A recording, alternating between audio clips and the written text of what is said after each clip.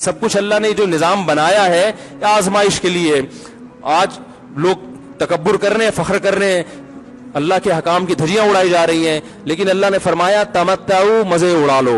तो मैंने बताया ना, लिबरल लोग ज्यादा मजे उड़ाते हैं, बारिश में बगैर कपड़ों के एंजॉय करते हैं। मौलाना लोग तो बेचारे थोड़ा कपड़ों का ख्याल कर लेते हैं ना।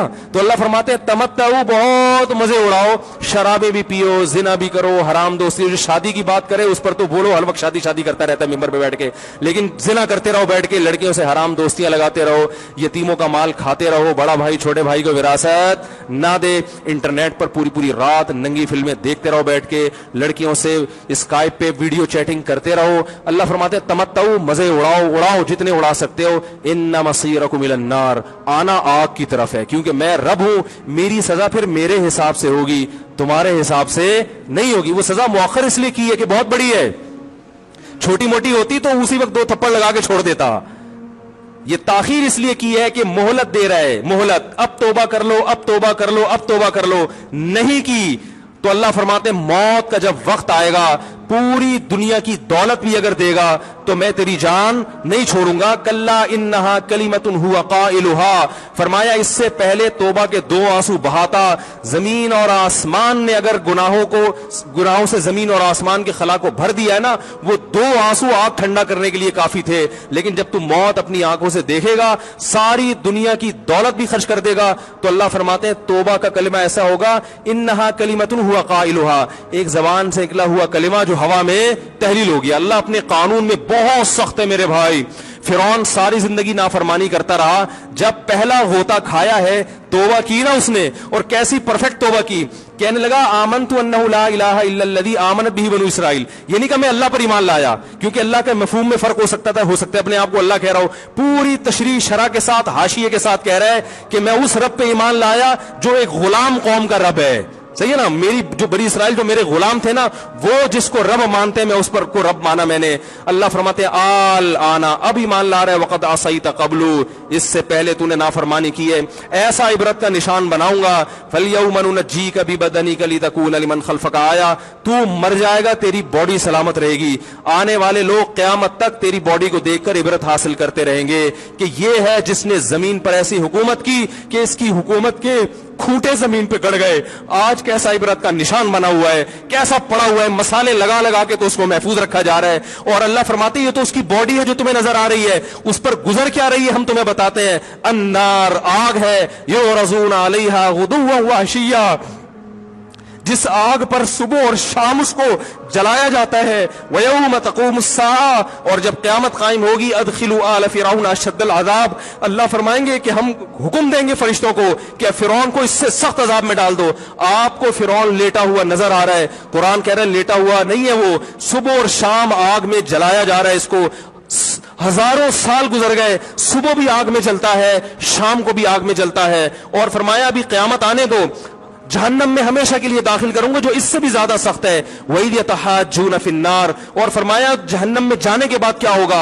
आपस में इनके मुकालमे को अल्लाह ने जिक्र किया है कि जो फिरौन के मातहत थे वो फिरौन से कहेंगे तेरी इताअत और फरमा बरदारी में, तेरी हुकूमत की वजह से हमने मूसा की बात नहीं मानी, उसे कमजोर कहा। तू कहता था मूसा को बोलना नहीं आता, मूसा के पास हुकूमत नहीं है, मूसा हमारी तरह पढ़ा लिखा नहीं है, मूसा हमारी तरह ब्रॉड माइंडेड नहीं है। हमने तेरी दावत की वजह से मूसा की बात का इनकार किया, आज हम आग में जल रहे हैं।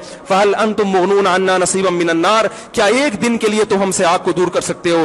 तो वो कहेगा कि मैं खुद इस जहन्नम की आग में जल रहा हूं, मैं तुमसे आग को दूर नहीं कर सकता। अल्लाह फरमाते हैं सब मिलके जहन्नम के दारोगा के पास जाएंगे। वक़ाल अल्लज़ीना फ़िन्नार ली ख़ज़नती जहन्नम उदऊ रब्बकुम, के फरिश्तों से कहेंगे तुम अल्लाह से दुआ करो कि कुछ अजाब में तखफीफ हो जाए, कुछ मोहलत मिल जाए।